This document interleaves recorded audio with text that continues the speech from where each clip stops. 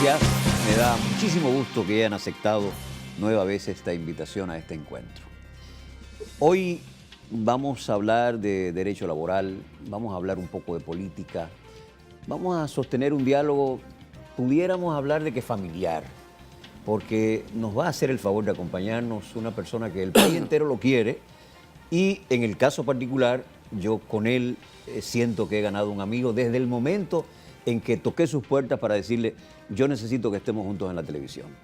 Y qué gusto que se haya trasladado desde el Cibao para que compartamos este encuentro con una persona que fue senador, servidor público, aspirante a la presidencia de la República, pero insisto, sobre todo un gran amigo de todos nosotros, el doctor Julián Zerulla. En un ratito estaremos conversando con él porque este encuentro es precisamente para eso.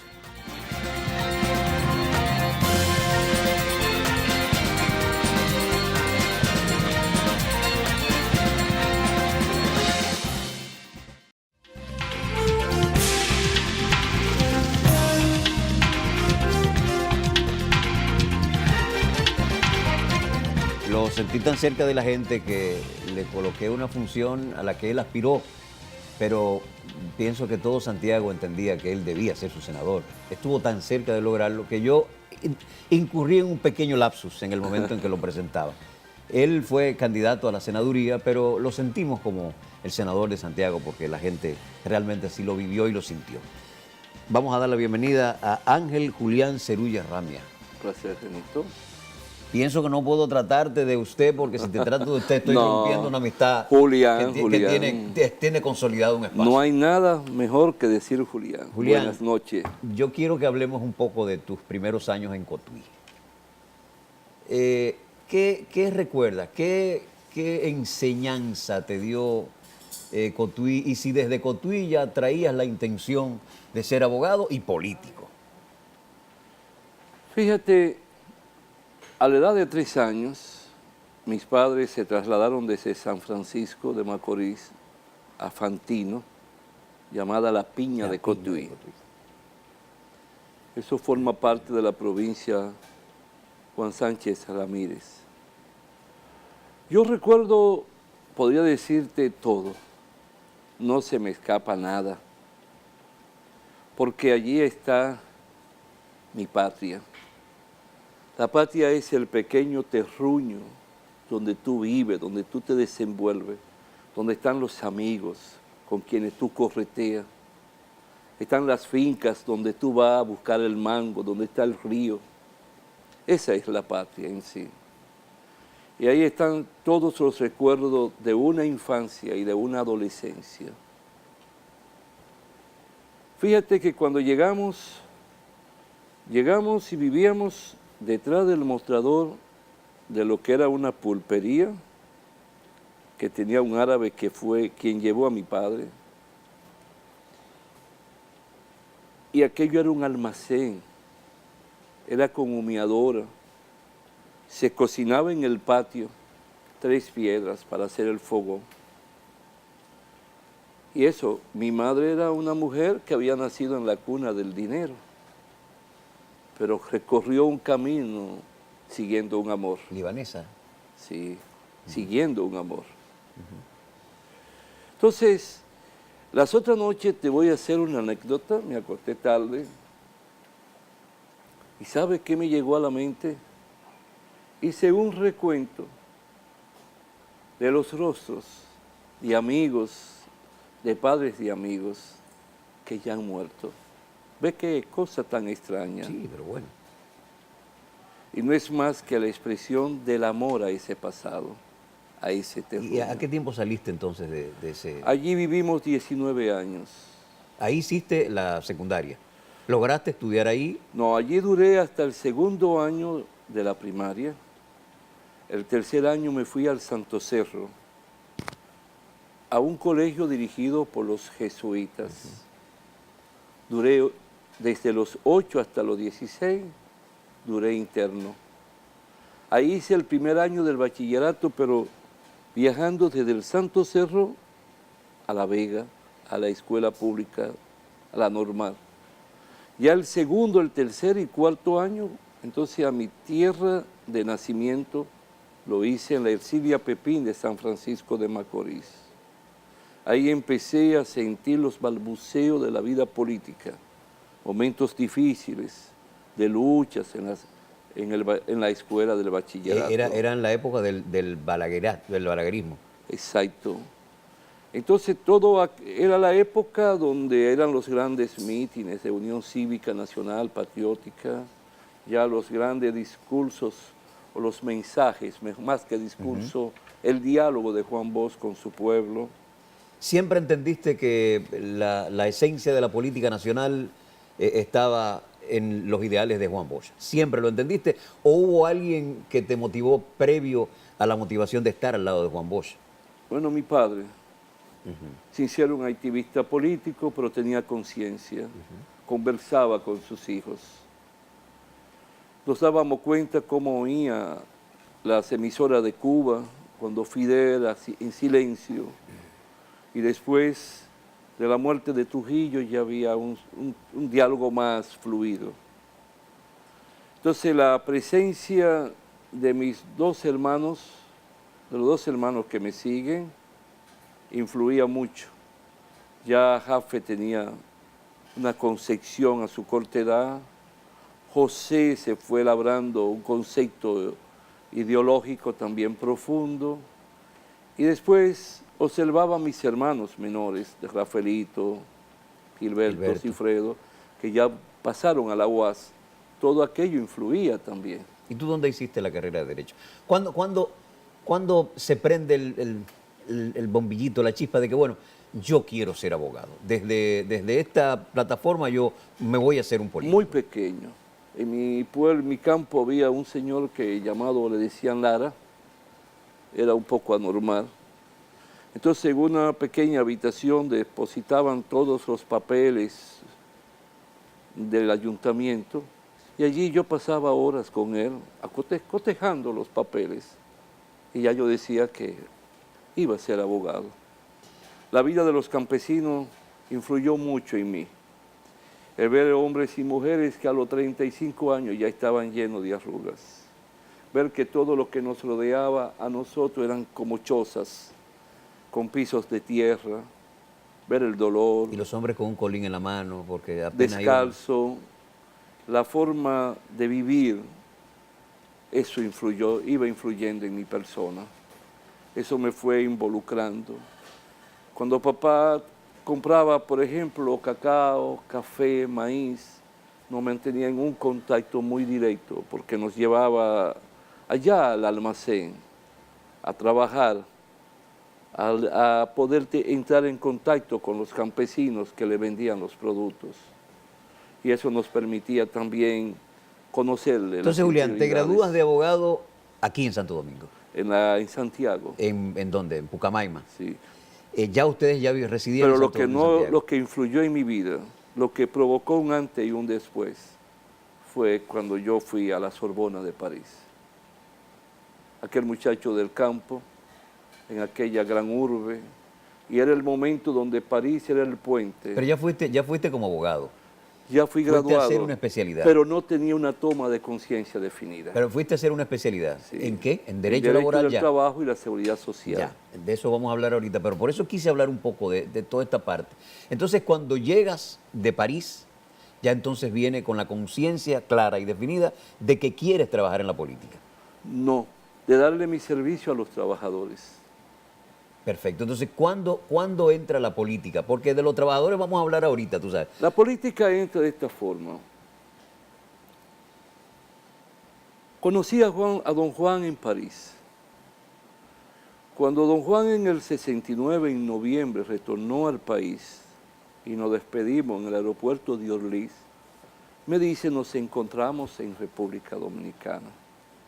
Yo le dije, sí, cuando ya usted no esté en el PRD. Entonces, un 4 de enero... ¿Por qué, Julián? ¿Por qué no entendías que una figura de la talla de Bosch no podía estar en el PRD? Porque ya uno iba observando por el comportamiento. Y ya sabíamos que él estaba más avanzado de lo que era esa estructura política. Perfecto. Para ese entonces. Perfecto. Porque París influyó en él. sus viajes a Vietnam, a China, a Camboya. Pero él Laos. iba a presentar sus trabajos de literatura, no necesariamente sus trabajos políticos. No, pero ya recibía un impacto muy directo Ya. de lo que estaba ocurriendo en Ya, el mundo. ya. Ya eso se daba uno cuenta a través de los diálogos, de las conversaciones. Entonces, cuando él funda el PLD en diciembre, De 15 de diciembre, 1973. el 4 de enero del 74 Cuatro. él va a mi casa.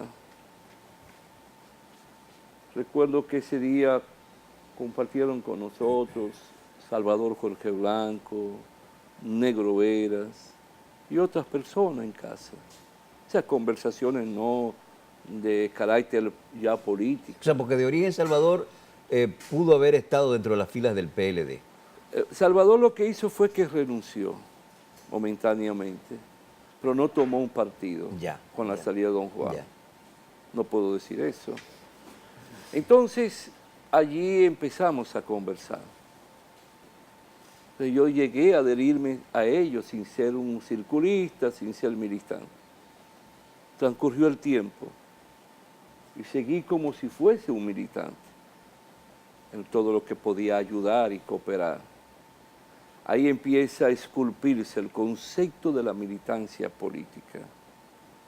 Me mantuvieron 4 años en un círculo de estudio. Así se hacía.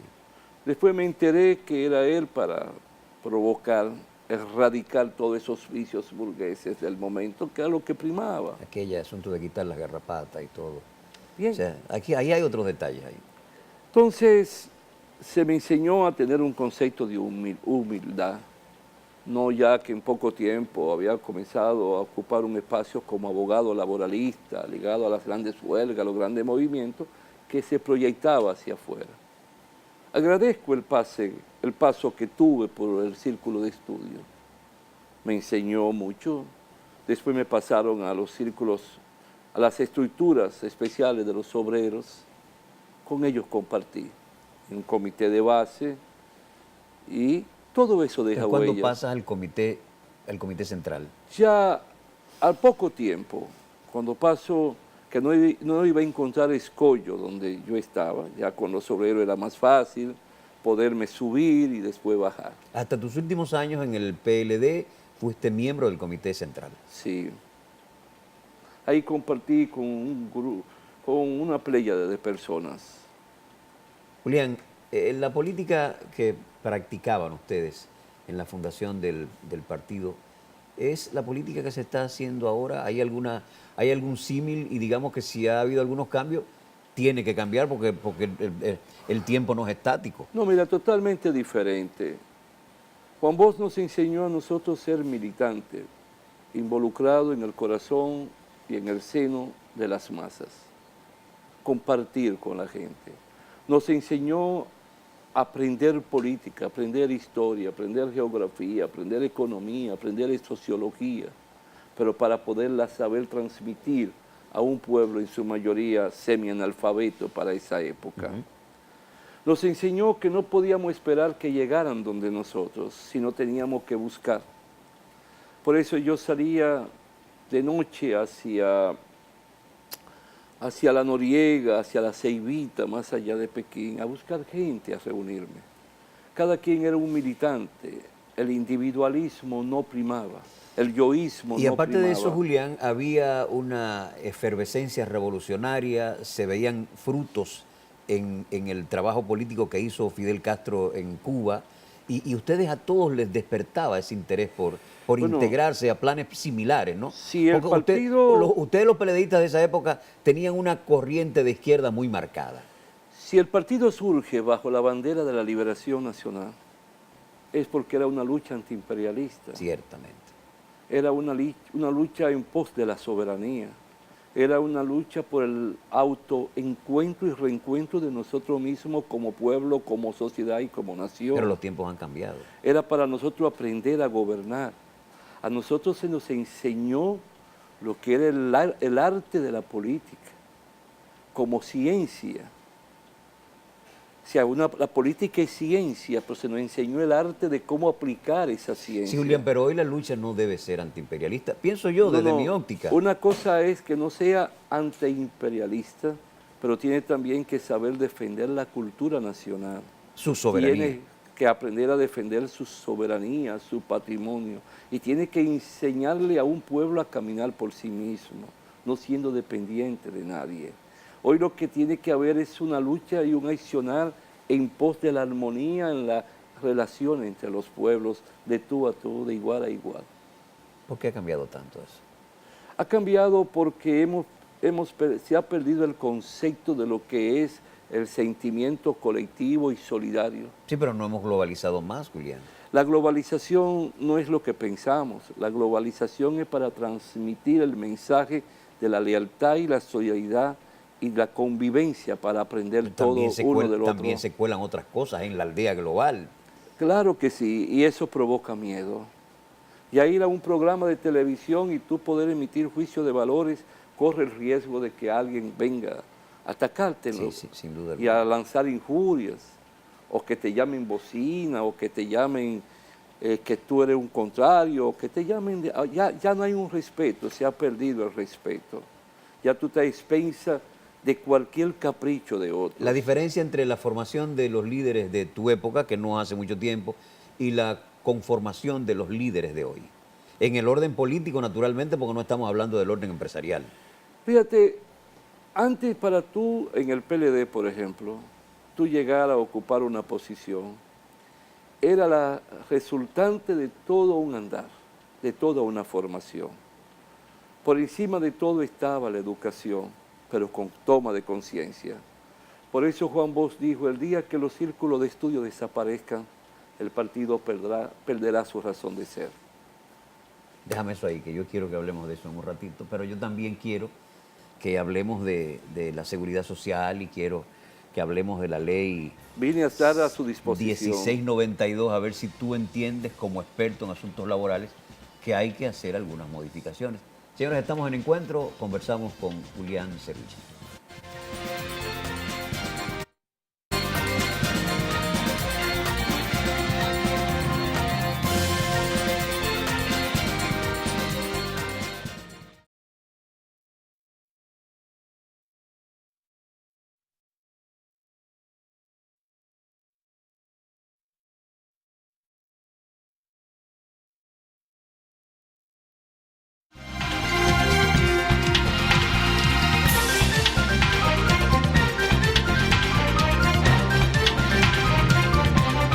Doctor Julián Cerrulla nos acompaña en este encuentro. 1992, 29 de mayo, se promulga el Código de Trabajo, la ley 1692. Ha cambiado mucho la sociedad. ¿No crees tú, Julián, que ya es tiempo como de hacer una modificación, de buscarle la vuelta a reorientar eso, a adaptar un trabajo de reingeniería, si se quiere?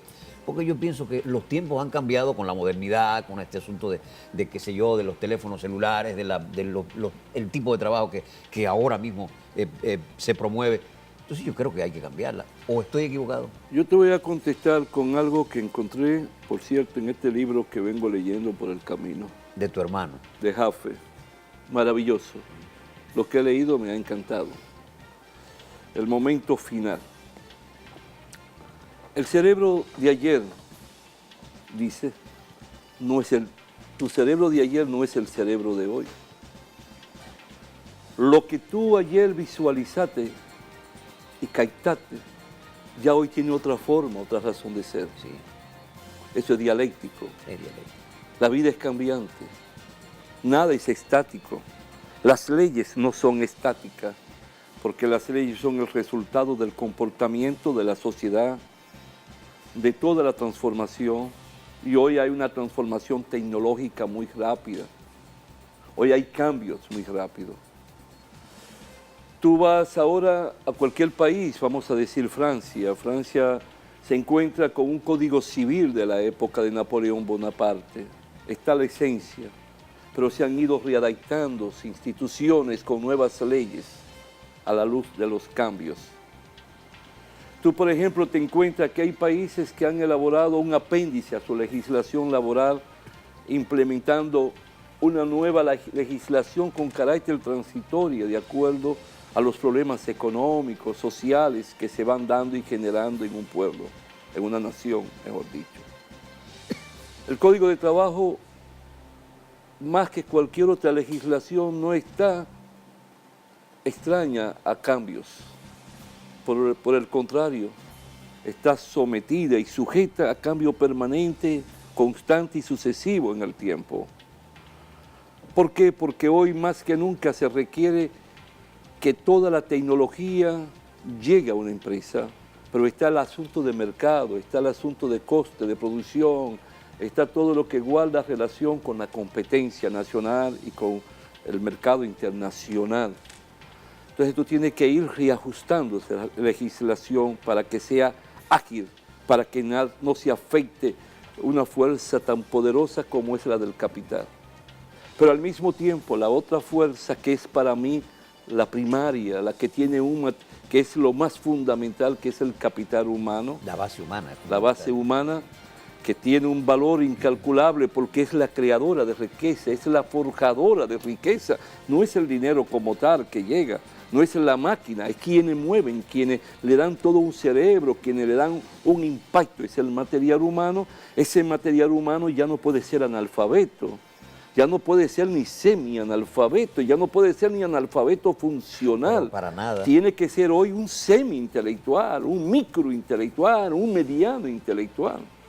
Tiene que ser una persona que hoy comprenda cómo es la tecnología, cómo se mueve la tecnología, cómo es la ciencia, cómo es la automatización. Sí, pero tanto cuanto tú pertenezcas a una generación posterior, pero por ejemplo los niños que nacieron hace 5, 7 años han nacido dentro de la tecnología, son parte de ese esquema, a ellos prácticamente no hay que enseñarles.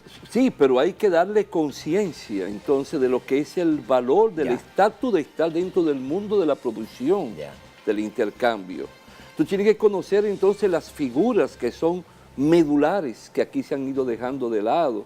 Por ejemplo, en Alemania en sí no hay una legislación laboral como tal. En Alemania lo que hay es convenios colectivos, donde cada empresa negocia las condiciones de trabajo económicas, sociales, salvando legales. La diferencia. Alemania tiene bien miles de años. Pero te estoy poniendo un ejemplo, pero allí existe la institución fuerte del sindicato.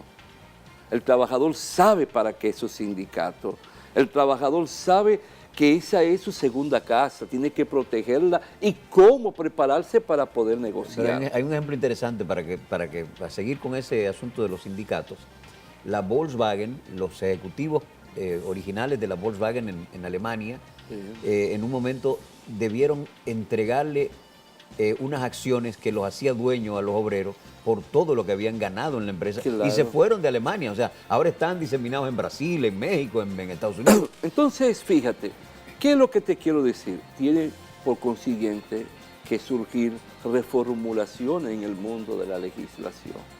El Código de Trabajo está sujeto a modificaciones. ¿Qué puntualmente tú entiendes que hay que cambiar en ese código? Aparte de ajustarlo a la tecnología, a los tiempos modernos, pero ¿qué puntualmente tú entiendes? Bueno, esto hay que cambiarlo porque los obreros no se pueden beneficiar de tal o cual. Mira, lo primero que artículo. tú tienes que ver es cómo se aplica una legislación armoniosa, donde no se convierte en una cadena a la estabilidad de la empresa ni a la estabilidad en el contrato de trabajo. Más que cambio por cambio, tiene que surgir un concepto de avance y transformación en la mentalidad del empresario como del trabajador. Lo primero, un concepto claro en la legislación, ¿qué significa la estabilidad en el contrato de trabajo? ¿Qué significa que un obrero, un trabajador, cual que sea su naturaleza, llegue a una empresa y no sea con el concepto de yo buscar como trabajador que a los 6 meses, a los 11 meses me liquiden para buscar unos cuartos, o que el empleador esté pensando tengo que liquidarlo antes del año para que no me le corra el tiempo y no tiene que dar unos cuartos? No. Eso tiene que estar acompañado del avance y la estabilidad de la legislación de la seguridad social. Veamos, si tú me contratas a mí, es para que yo todos los días me vaya enamorando de la empresa, aprendiendo la disciplina que tú me llevas, imponiendo el concepto de la producción con calidad que tú me enseñas.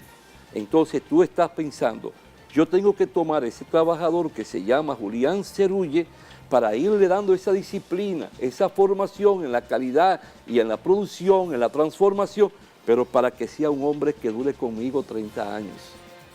Pero durante esos 30 años tú tienes que tener un esquema de política de ir provocando una reingeniería permanente en mí, en consonancia con las transformaciones que va teniendo el mundo de la tecnología. Y una mejoría de vida de ese empleado que no lo lleve a pensar permanentemente en la necesidad de que tú lo liquides porque él necesita 100.000 pesos para resolver un problema personal. Para eso estará la seguridad social, que me guarda a mí mi pensión, me guarda a mí una jubilación revestida de dignidad. Entonces ahí es donde voy. Y donde el empresariado tiene que luchar para que esa pensión sea una parte neurálgica, sea parte de la columna vertebral en sus relaciones, porque en la medida en que el trabajador sepa que su vejez va a estar asegurada y con dignidad, donde hay salud, donde hay un poder adquisitivo, donde se garantiza la educación de sus hijos, ese trabajador será una persona totalmente adherida a la transformación de esa empresa. Esa es la dicotomía. Entonces, en la mesa de negociación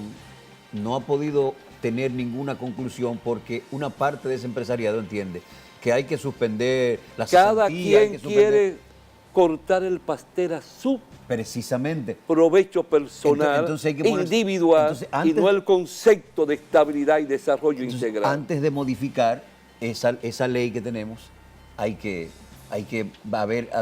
ver dónde hay una avenencia. Porque el coste de producción en el empresario no está en la legislación laboral, está en la ley de seguridad social. Y es ahí donde ellos no se han detenido a comprender cuál debe ser la función del Estado en la seguridad social, en el mundo de la salud, como en el mundo de la pensión. Julián, esos fondos de pensiones, vi unos estudios que está haciendo Matías Bosch y está haciendo un paralelismo en lo que está pasando con Chile. Tú sabes que en Chile ha habido cambios. Todo lo que está ocurriendo, sin jactancia, perdona que te interrumpa, nosotros lo previmos en más de 600 conferencias que dimos cuando era un proyecto de ley. La privatización en la seguridad social es la contradicción más perversa que se puede dar en cualquier país del mundo. Me diste en el punto donde yo quería llevarte. Y te lo puedo explicar el porqué. No, pero yo quiero que me explique porque ahí es donde yo quería. Esas administradoras de fondos de pensiones privadas que están administrando el dinero de los empleados. Los bancos, en sentido entidades general. financieras manejando, bueno, están en buenas manos porque me imagino que pero no eso es relativo y ahí vamos. Entonces explícanos, pero cristianamente, qué se puede hacer porque hemos visto muchos inconvenientes con esto. Vamos lo primero. Lo que yo le decía a los chilenos que estuve en un congreso que nos invitaron al doctor Lupo Hernández Rueda, que un gran amigo, que en paz descanse, una persona brillante y capaz. Estamos con la Federación de las Administradoras de Fondos de Pensiones. Cuando nos presentan la panacea, el milagro de Pinochet, del 1 de enero de 1980, cuando surgió la ley, yo me paro y le pregunto, ¿y si a los 10 años hay un golpe de Estado como el que le dieron a Salvador Allende, cuál va a ser la estabilidad de esas administradoras?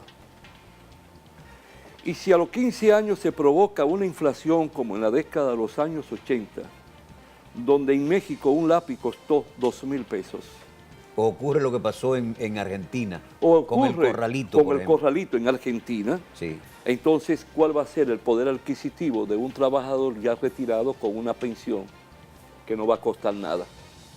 Pero ¿qué ocurre?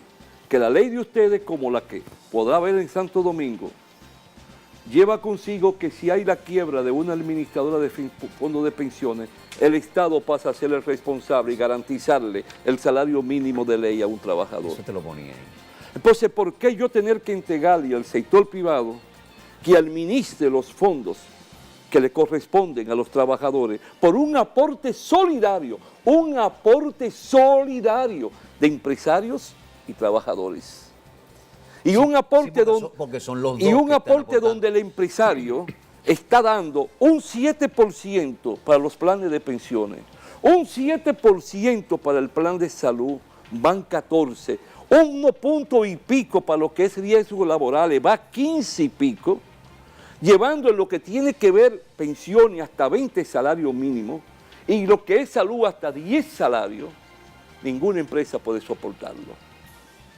En cambio el Estado sí. Los países nórdicos trazan un porcentaje en el presupuesto de la nación para la seguridad social, pero allí todo el mundo cumple religiosamente con el pago de los impuestos.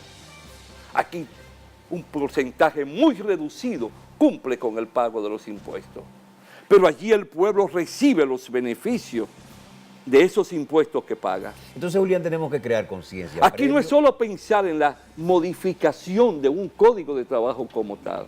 Si tú no piensas también en todo lo que forma el organigrama de lo que debe de ser la legislación en la relación obrero-patronal y que al mismo tiempo tiene que ver la nación.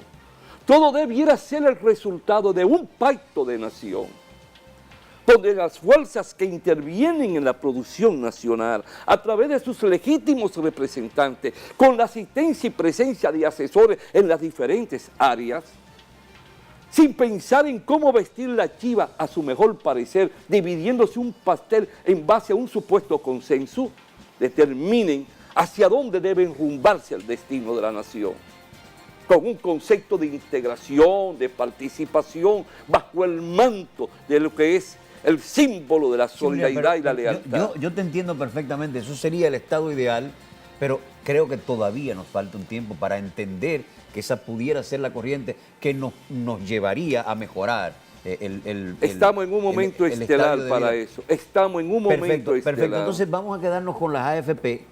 Entonces, ¿qué podemos hacer en un futuro inmediato? El Estado pudiera asimilar esos capitales, ese presupuesto y manejarlo como Estado en este momento. O sea, hay las condiciones dadas para que todo se maneje, que las AFP vayan directamente a manejarse por el Vamos Estado. a poner un caso. Ya me llegó a mí mi pensión. Tengo acumulado, vamos a suponer, 2 millones de pesos. 2 millones de pesos, ¿cuántos dólares son? 1 millón son 40.000. 20.000 dólares. 20.000 dólares. Estamos hablando de 40.000 dólares. ¿Puedes tú iniciar un negocio a tu edad con 40.000 dólares? No, después que tú cumples 65 años ya, que es la edad, yo no creo que tú puedas comenzar un negocio con 2 millones. ¿Puedo yo decir que voy a tener la seguridad para la educación de mis hijos, para una especialidad? No, ni puedo depositar... ¿Puedo yo decir que voy a comprar una pequeña casita? No, ni puedo decir que voy a poner esos 2 millones en una entidad financiera y me van a dar el 8%, el 8% es lo más que me dan. ¿Puedo yo dar respuesta a la inflación que se provoca, aunque aquí se ha controlado mucho, pero vamos a suponer que ahorita hayan cambio de gobiernos, que ahorita vengan otros elementos y se vaya de la mano como ha ocurrido en muchas ocasiones, en muchas etapas? ¿Podría el trabajador dar respuesta a esa inflación y tener la alimentación necesaria? Bueno, Julián, pero vamos a hacer el aporte. ¿Qué podemos hacer? Es lo que te pregunto. Que el Estado asuma la responsabilidad El Estado del manejo tiene que asumir la de las AFP. De la seguridad social en sentido general. Completa. Porque con todo ese dinero que reciben las ARS, las administradoras de riesgo de salud, nos puede permitir contratar médicos para los hospitales, bajo contratas anuales, como ocurre en Inglaterra y como ocurre en cualquier país desarrollado. ¿Y qué se puede hacer con ese capital para ponerlo a producir? Porque no puede estar dormido. Ahí vamos ahora. La misma ley, buena o mala, tiene la respuesta. Lo que pasa es que queremos ser demasiado celosos y desconfiados. La ley te dice a ti que los empresarios pueden tocar la puerta y tomar prestado y llegar y usar parte de ese dinero, pero indiscutiblemente con proyectos definidos y con la garantía de toda la documentación que pueda garantizar lo que sale depositada en las bóvedas del Banco Central de la República. Ya. Ahí está la respuesta. Ese empresariado, en vez de ir ese dinero a la banca, podría ir más fácil, de forma más directa, al seno de nuestros empresarios para provocar las transformaciones. Para que ellos lo pongan a producir. Hablamos con Julián. Julián, yo quiero que ahora hablemos en el próximo segmento un poquito de política.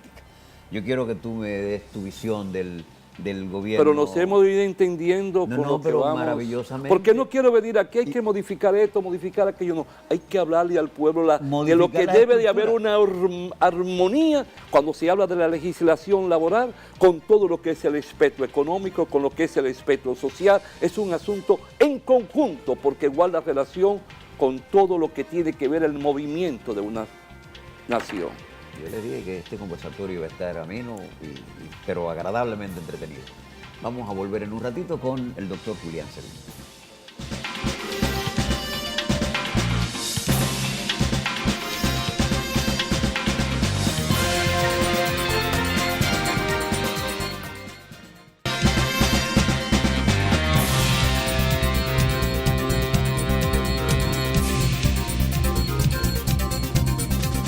El departamento aeroportuario alcanzó una calificación del 97.13% en el cumplimiento de las normas básicas del control interno, establecidas por la Contraloría General de la República.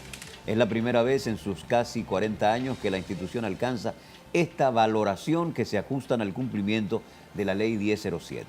El director ejecutivo del Departamento Aeroportuario, licenciado Marino Collante, destacó que este logro muestra una buena gestión pública y transparencia y la rendición de cuentas.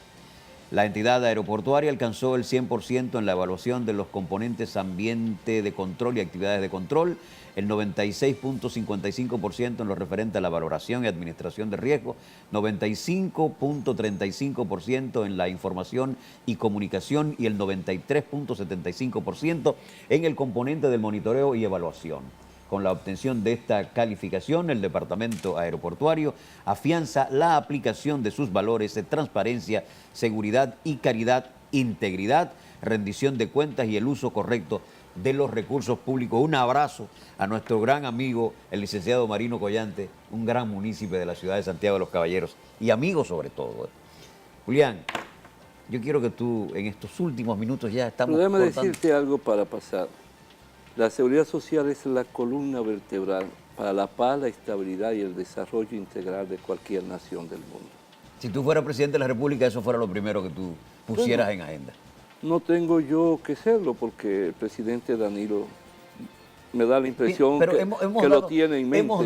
Hemos dado pasos importantes Claro. en esa consecución, ¿no? Claro, todo hay que ir readaptando y viendo donde se ha fallado, donde debe cambiar. Eso es todo. ¿Cómo tú me valoras estos años de gestión del presidente Danilo Medina?